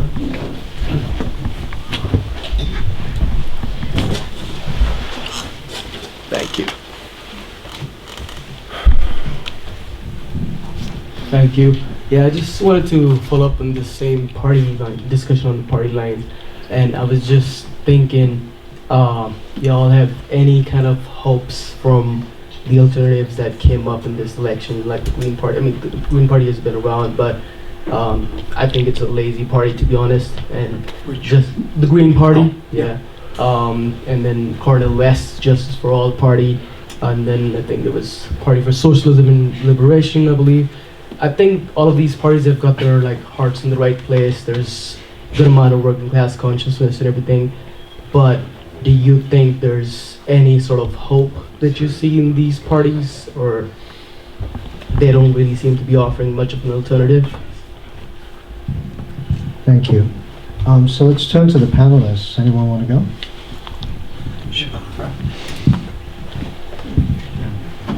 Yes, there was hope in the sense that they had the guts to stand up against Biden. And in the U.S. supporting Israel was U.S. imperialism's declaration to the world that if you back us, this is what will happen. So standing up there, whatever the shortcomings, and there are plenty, but there isn't time to discuss it. Yes, there is some hope there. And Stan's point about, and Marsha made it too, about how much peace and freedom has grown. The fact that being anti-Zionist in the Jewish community 2 years ago was unheard of, virtually, except among communists or socialists. And now a very, very large part of Jewish youth are anti-Zionist, and a number of Jewish seniors are anti-Zionist. And what JVP did is truly admirable and shows that small groups of determined people, who is even JVP? Jewish, Well, just say it. Jewish Voice for Peace. My students in an ESL class, half my students are Yemeni female, and you know, as Mary Jane said, it depends. Are you inviting somebody over for coffee? Are you in a classroom? Are you at the workplace? How you approach it depends on the situation. But the JVP demo in front of the Statue of Liberty allowed us to do an entire discussion on the genocide, and over the course of 6 weeks, a number of the students' positions changed. And in my union, is my time up? It is. We're stopped.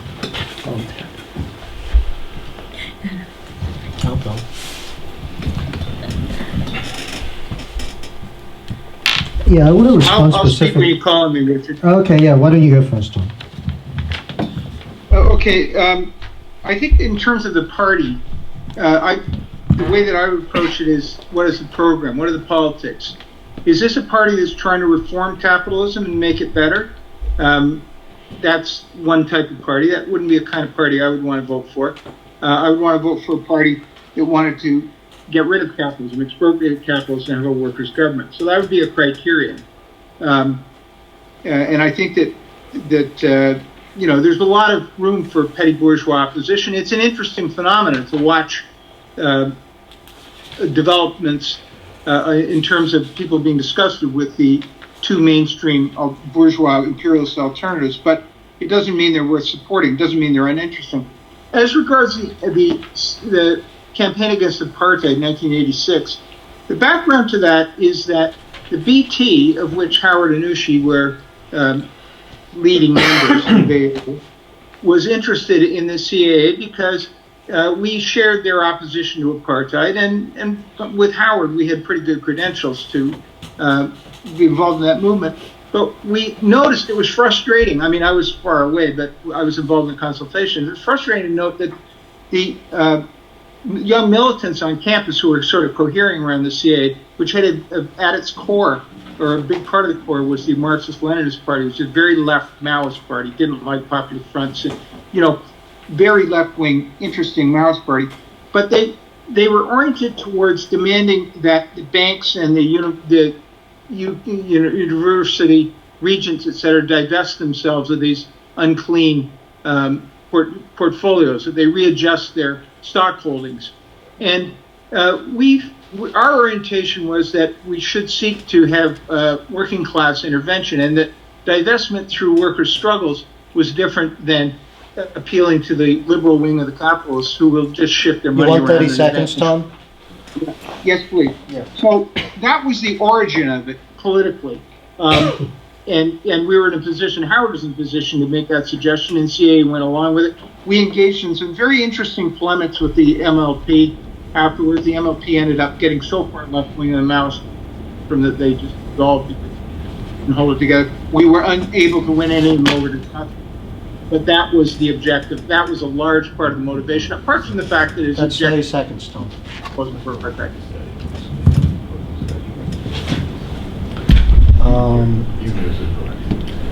So I have been asked the hope question a lot, and my thoughts about it are as follows. Hope is a story you tell yourself that defines whether you can take action or not. And everybody has a choice in what story they tell themselves. And what I mean specifically is this. Howard told me once that one of the crematoria at Auschwitz was blown up by the prisoners. If you look it up, look up the story of the Sonderkommando. They blew up one of the crematoria at Auschwitz. And the way that worked was, if I remember rightly, every 3 months or every 6 months, the Nazis would execute prisoners who were drafted into working into stripping the corpses in the crematoria. And the Sonderkommando organized a, cross, there were bodies of people who were being killed every 3 months and 6 months, and they organized across those time periods. The men would be killed inside the crematoria, and it was the women who were transporting goods into and out of the crematoria, who, for example, stored things like gunpowder in the corpses. And eventually they had an uprising, and that uprising was put down. But they blew up one of the crematoria, and it was never repaired. And what I took away from that is, as a matter of personal orientation within the confines of our own emotional abilities, of course, there is always hope. There's always something that can be done. The question of the various parties is a very complicated question, and rather than saying, well, is there hope in any one of the parties, I think that it's important to use a materialist analysis of the situation and understand the phenomena that we're going through as one that's happening collectively to all of us, that all of the parties are orienting to in their different ways according to their programs, according to their class composition and so forth, and then determine a scientific, a dialectical materialist orientation to that phenomenon that's going through that lets you take the actions that are necessary. If nobody's eager to do questions, we can do another round from the panelists. Any questions? Okay, I see Elliot, and I'll recognize him again. Okay. I'll take that one. Okay. So, hi, I'm Elliot. For those who don't know me, I'm an attorney. I've represented unions previously in various labor struggles. The one I remember most vividly at this point was Local 26 down in Los Angeles area. They had a dispute with this one employer at the harbor, and the employer fired the entire negotiating committee, at which point the union struck that place, but they pretended it was a wildcat strike because it violated the union contract to go on strike, except when the contract was out of effect in the process of being negotiated. And out of that strike, the union and all of the union members were charged with something like 160 acts of contempt of a labor injunction, and I and another attorney defended them in about a 3-week trial. And I remember one of the counts of contempt against one of the strikers was that he got into an argument with a supervisor on the picket line, and the supervisor was saying, "What you're doing is illegal," and he said, and I'll quote, "Fuck the law, I'm going to do whatever it takes to win this strike." And I would say that, as an attorney, I would agree with that 100%. And in fact, they did win that strike. I was called down to do an arbitration, and we won the arbitration because they weren't able to prove that the union had actually authorized the strike. And in terms of the labor injunction business, we got a very favorable settlement the union was forced to take by the judge, actually, where they dismissed everything except we could pick, I think we had to pick 4 counts of contempt that the union would plead no contest to, and it got a $100 fine, and they dismissed all the other charges, including the charges against the individual strikers. So it is possible to fight back, it is possible to win, it is not necessary to capitulate to bourgeois law and their injunctions and all that other bullshit. So I would remember the words of that striker, fuck the law, I'm going to do whatever it takes to win that strike. The other thing I wanted to mention is that I remember being at a meeting a week before Howard presented that motion to the executive board of Local 10 to strike the South African cargo, and I believe it was a meeting of the external tendency at that point, hadn't yet become the Bolshevik tendency, and this was a group that Howard was in on the way out of the Spartacist League with other people who'd been thrown out of the Spartacist League for opposing the leadership, or who had chosen to leave. And what we were talking about at that meeting was precisely whether Howard was going to present this motion to the executive board or not. And even Howard himself was discouraged at that point and was saying he wasn't sure if he wanted to have to go in there and present this motion, again, and have it voted down. He was just sick of the whole fucking thing at that point. And we talked it through. We all talked about it. Howard came around saying, I'm going to present that motion. If we win, great. If we don't win, just throw it in their face. It's another step in the struggle. And he presented the motion, and he was more surprised than anyone else at that meeting that it passed. And not only did it passed unanimously. And the action was carried out, and you saw Nelson Mandela himself thanking the Union for doing that. So that would be another thing for people to remember. Even when it looks bleak, even when you've been beaten down 100 times, doesn't matter how many times you get knocked down. What counts is how many times you get back up and fight again. And I just want to say, I want another few seconds here. This comrade is one of the best examples of that. It was the first time he got up to give a speech to the ILWU Local 6 as a representative of the Militant Caucus. The leadership sent the goon squad down and they beat the shit out of him in front of the entire union. And Bob Mandel did not give up. He got up, back on his feet, he wiped the blood literally off his face, and he gave his speech. And I don't know if this story is true, Bob's going to have to tell us. Maybe it's apocryphal, but I heard that a year later, the leader of the goon squad went up to Bob and apologized and told him that the union leadership lied to him and told him that Bob was a scab. But he said, when I heard you give that speech after we beat the shit out of you, I knew you were no scab and they had lied to me.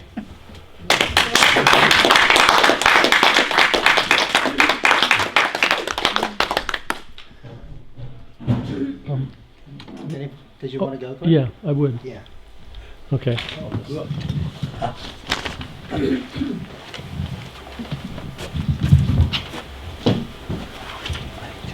Hi, I'm Craig Gordon. I've worked for many years with Bob Mandel, and I think he wanted me to actually add a little bit about our work in OEA. And I will just say, since Elliot's just highlighted Bob's courage and his vision, that, you know, and I want to connect this to Howard, who I really did not know, although I met him, but I feel like I was influenced by Howard through people like Bob.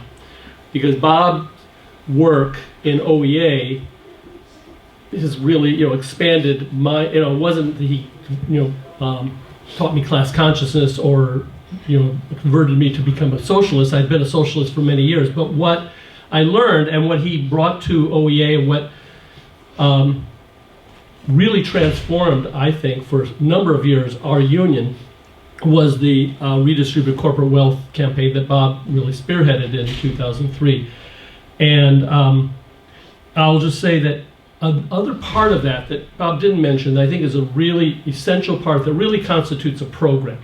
I mean, you could say it's a program, even though we didn't call it a program, but it really is in the spirit of a program, which was something we called the OEA vision.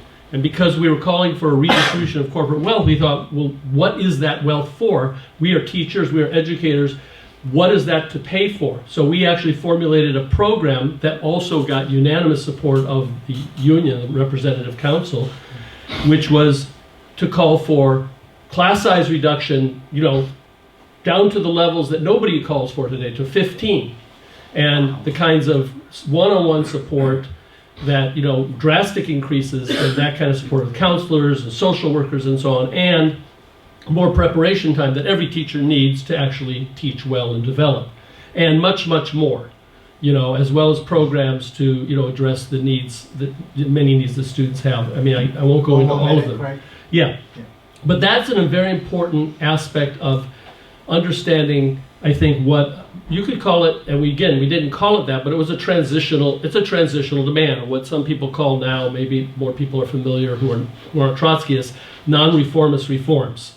It was a reform that wasn't constricted by the limitations of capitalism, which all of our unions, and certainly OEA, which is considered the left wing of the National Education Association, has wiped that vision off of its website. Wow. But it was because it's unrealistic. But that's the kind of thing that we need to fight for. And it reminded me when we're talking about these that that boycott in 1984 that was a fight for a non-reformist reform, a transitional demand, and that reporter for channel ABC had it right. This is a threat to our system of free enterprise. Whatever maybe you called it the wrong thing, but he was right. This was actually a reform, and something people were demanding. They said, to hell with the injunctions, to hell with the law. And that's the kind of thing that we need to be able to transform our unions to be able to fight for now. These kinds of concrete demands that that we take actions that are militant and defy the law to win. Thank you, Craig. So unless anybody feels like called to make another comment, I think we can move to summations. So maybe 2-3 minutes for each of the panelists. Could I say one thing, please? Yeah.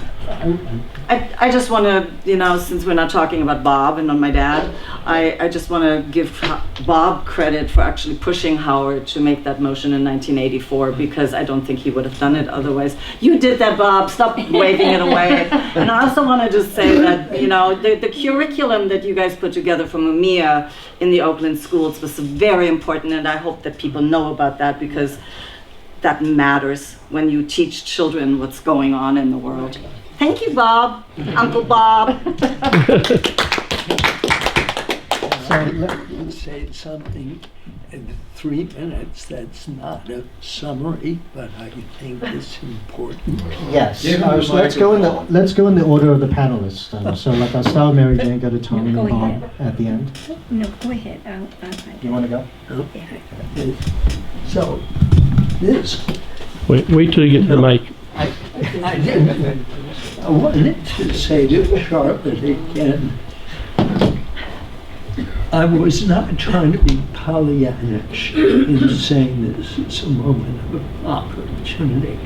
It will probably take a year to 18 months, maybe more, maybe less, before people come up against the fact that they have to fight back now, because Trump is going to be just as bad and in some ways more of a killer that Biden was doing stuff outside the United States. We will now be having the Ku Klux Klan back on the streets. Yeah. That said, one of the best things that the block of us in OEA did was around this guy, Ed Rendell. Ed Rendell, how many of you know? Okay, so, yes, Mumia's, Elliot didn't say that he was one of Mumia's attorneys. We split. This is important because things are dangerous, but there is possibility. We actually split the California Democratic Party down the fucking middle over this guy's appointment as the general chair of the Democratic Party and Al Gore's campaign chair. California, in the bourgeois democracy we live in, 54 electoral votes. We made a motion coming out of the Mumia teaching to condemn the appointment of Rendell into these positions on the basis that he had participated in the arrest and stripping naked and parading through the streets of Philadelphia Black Panthers, that he had participated and authorized and signed the warrant that led to the bombing of the Move House in Philadelphia.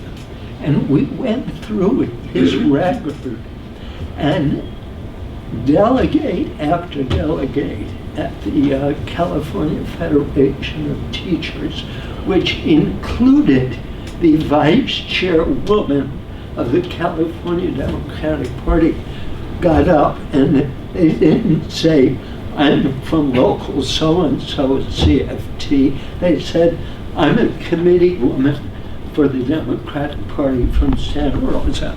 I'm a city council Democrat in X, Y, and Z. 1 minute. How can a person like this be leading our party? They were revolted, okay? It speaks to this issue of possible change. And when the president of the union and the vice president of the Democrats took the mics and said, do you know how dangerous this motion is? The delegates voted 2.5 to 1 in favor of our position. And then at the National Education Association, 9,600 reps from all over the United States, 10% of every DNC are teachers. We made the same motion. I was told in advance, in public, on the mic, the minute you say anything slanderous about Ed Randell, right? So we were interrupted 3 times. It took 3 votes to get our motion ruled out of order. And I'm forgetting the punch. Oh, and they found it serious enough to delete the remarks from the record of the convention. For the first time in the 100-year history of that union, those remarks were expunged. So ideas and programs are powerful. And if the moment's right, a small group of people can begin to build the kind of party Tom's talking about, that Richard's been in, that I've been in, that Elliot's been in, and various of you other comrades. I'm sorry In to the cut you right off. circumstances, one Bolshevik can bring over an entire regiment. Yes.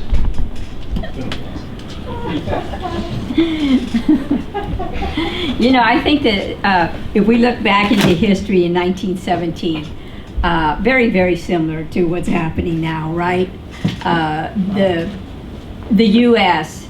had a very shaky economy and had to blame the workers, had to hold them responsible. So one of the things they did, of course, was the Palmer Raid. They had to get rid of the ideological head, right? The more advanced thinkers that were in the unions, that were within the left organizations. And it was that, at that time, that the left was forced to come together and build the cadre vanguard organizations. And that's one thing I wanted to say, because I think there's a lot of confusion between a workers' party, which is a mass organization, and a communist party, which is a cadre organization. Those are 2 very separate types of organization. Read how a socialist revolution is built and you begin to understand their respective roles, right? But in saying that, I think that Trump really is a very good thing to happen, because the left movement in this country is in such disarray and is so ambivalent about its historical role and obligation to its working class, right? Organizations are the vehicles that enable workers and the working class to fight. The workers in this country don't have the vehicles to fight. Instead, we waste our time trying to reform the Democratic Party. Yeah. Jeez Christ. Let's build our own party. And I think that Trump is going to force us, because in every speech, he's gunning after the Marxists, right? Read his speeches, talk to him. If you come down to the Central Valley where I live and I work, they're all about, you'll see banners and bumper stickers, everything about, what do they say about like the socialists? It's all about anti-socialist. I mean, it's all over. The right wing, the reactionary forces can't get enough of hating socialism. It's all over the Central Valley. And so I'm going to ask each one of you, take my card, come down, spend a few days on my farm, and walk through. I mean, this is where you really need to be. This is where John Steinbeck did his research for the Grapes of Wrath in the 30s, right? You will go into towns in where you will not see any more white people. They are gone. These are communities of color. Okay, this is your agricultural workforce. These are the workers that need leadership that we're not providing.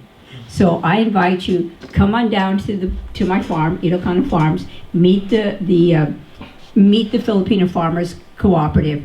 And people ask, well, Mary Jane, you're a communist. What are you doing, with cooperatives, And I say, workers don't learn how to build socialism once you see state power. They learn by planting the seeds of socialism within a dying capitalist system. And that's what the workers' cooperative is about. I mean, a farmer cooperative. So come down, visit us in the Central Valley, work with the organizations that I'm involved in, including the Filipino Farmers Cooperative. Okay? Tom, are you still there? Yes. Yeah, I'm still here. Great. Okay. You want to do a summation? Sure. I think that the context for Trump rising is, as everyone probably recognizes, that U.S. capitalism is in trouble, which is a big subject, but it's obvious every day. There's examples of it. To the world. The U.S. ruling class has lost confidence in its historical institutions through which it manages society, and particularly the political institutions. The Tweedledum Tweedledee party was destroyed largely by Bill Clinton's triangulation, moving closer, taking the right wing, getting rid of welfare, et cetera, et cetera. I think that that United States, America, which means North America, of course, and in fact means the entire global world order after 1945, is in a period of pretty rapid transition. And there's going to be a lot of bumps and a lot of explosions, a lot of shocks. But there will be opportunities for people to fight back in very limited ways, but sometimes in big ways. The most important thing, though, and we can learn this from Howard's life, and I'm sure we've all got it from our own, is that you need to have a big vision. You need to have an overall understanding, or as best you can, of what the situation is, what the options are, how we got here, how we could get out. And that can change as with experience. And you try this and it doesn't work, and you try that.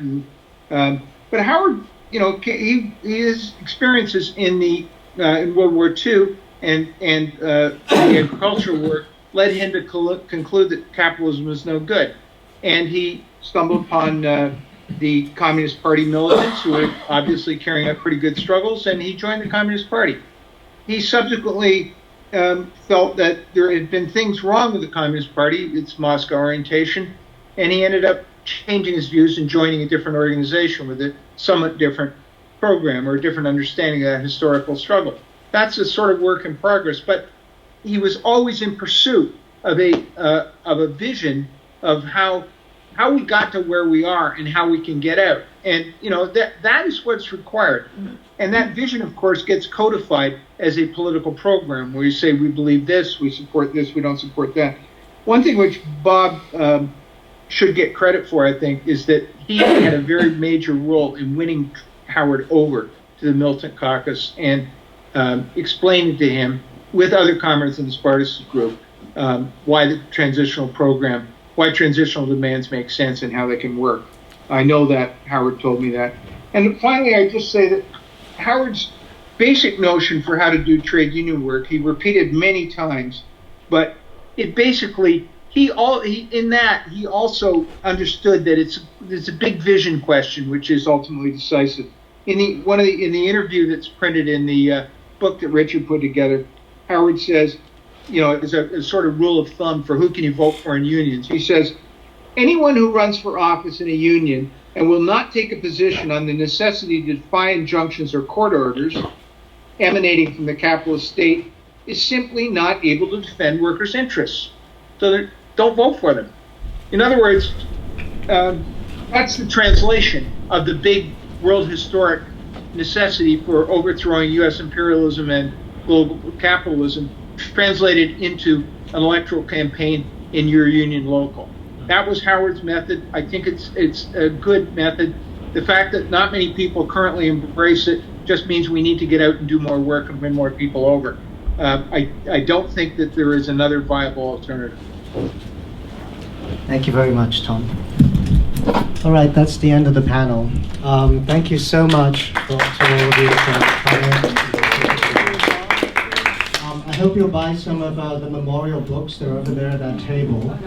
So check that out, and thank you for coming.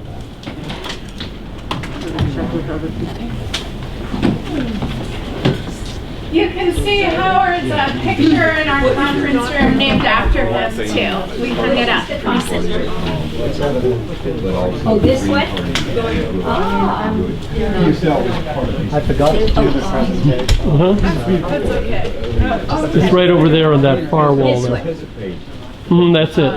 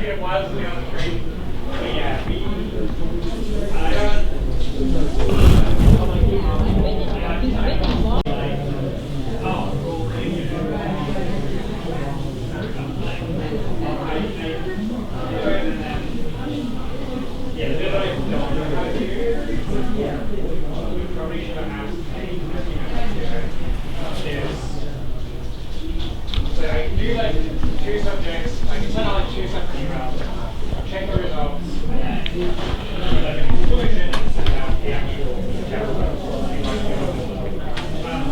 I think Action Network has a way of doing that all for me, but I don't have it. Okay, I don't know, but that sounds like yeah, that's what it prompts every now and again. Hey, do you want to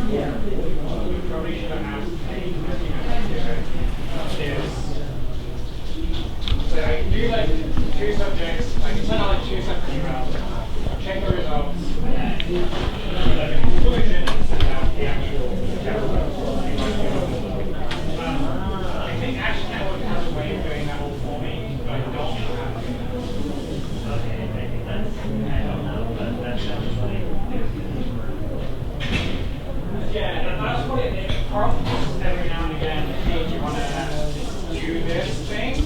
What do you want to do?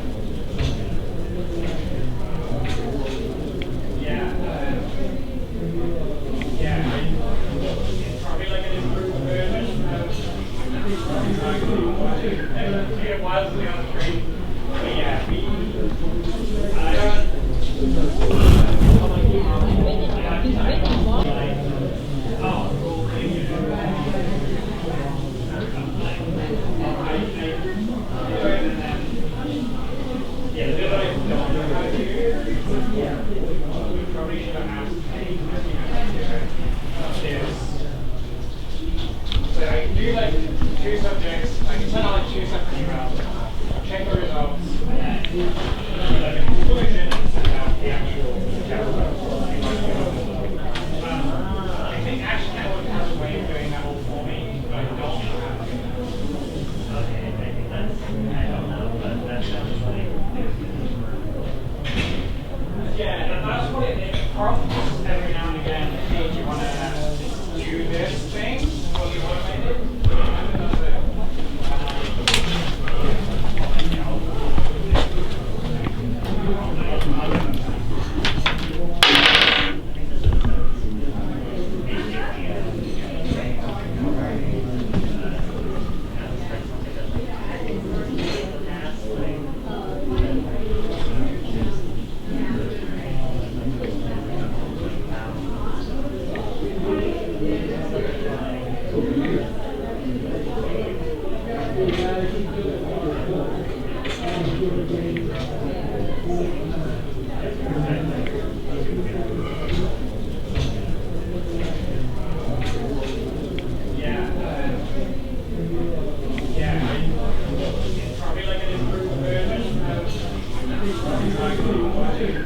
It was the other three.